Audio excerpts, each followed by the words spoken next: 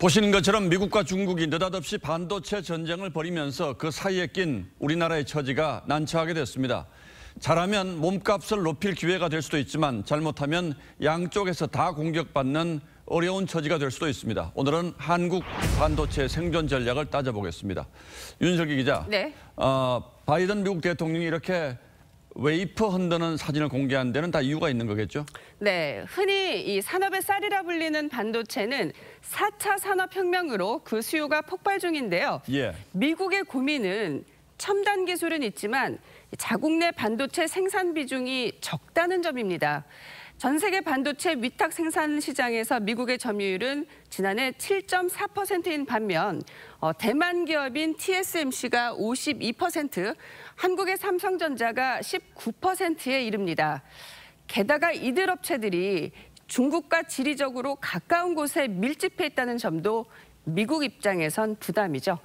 바이든 대통령이 한국과 대만을 향해 미국의 공장을 지을 것을 사실상 요구한 이유가 이런 배경 때문입니다. 이렇게 되면 중국이 또 가만히 있을 수가 없겠네요. 우리 반도체 산업에서 중국이 차지하는 비중은 얼마나 됩니까?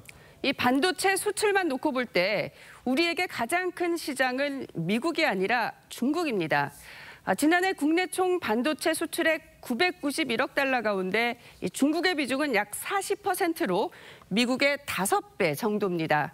자, 여기에 시진핑 주석 또한 반도체를 사람의 심장에 비유하며 반도체 산업의 명운을 건 건 바이든 대통령과 마찬가지인데요. 이런 중국 또한 우리가 염두에 둬야 하는 거죠. 자, 둘이 싸우면 우리 입장이 곤란해지겠지만 또 어떻게 보면 우리 몸값을 올릴 수 있는 기회가 될 수도 있지 않겠습니까? 맞습니다. 미국과 중국의 이른바 반도체 전쟁 가운데에 놓인 현재 상황을 긍정적으로 평가하는 입장에서는 보시다시피 미국과 중국이 각종 인센티브를 경쟁적으로 내놓을 것이고 이를 선택할 권리가 우리에게 있다고 보고 있습니다. 미국 정부에서 투자 금액의 40%를 해제 혜택으로 어마어마한 인센티브를 주지 않았습니까? 중국은 중국대로 계속해서 확장을 해달라는 우리한테는 이제 기회가 되는 것이죠.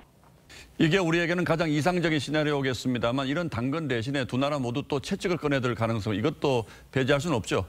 그렇습니다. 위기로 보는 쪽에선 미국과 중국이 누구 편인지 입장을 분명히 할 것을 요구하고 있어 우리가 선택할 여지가 많지 않을 거라고 보는 거죠. 우리나라가 외교력이 아주 우수하다면 모르겠습니다만은 미중이 지금 갈라서는 구도가 확실해진 상황에서 중간에 뭔가 해보겠다라는 생각은 안 하는 것이 국익에 도움이 됩니다. 기업 입장에선 생사가 걸린 문제인 만큼 줄타기를 잘 할 것으로 믿겠습니다만 최근 여러 가지 사정을 보면 정부가 오히려 믿업지 못한 측면이 있는 건 사실이죠. 그렇습니다. 예, 윤슬기 기자 잘 들었습니다.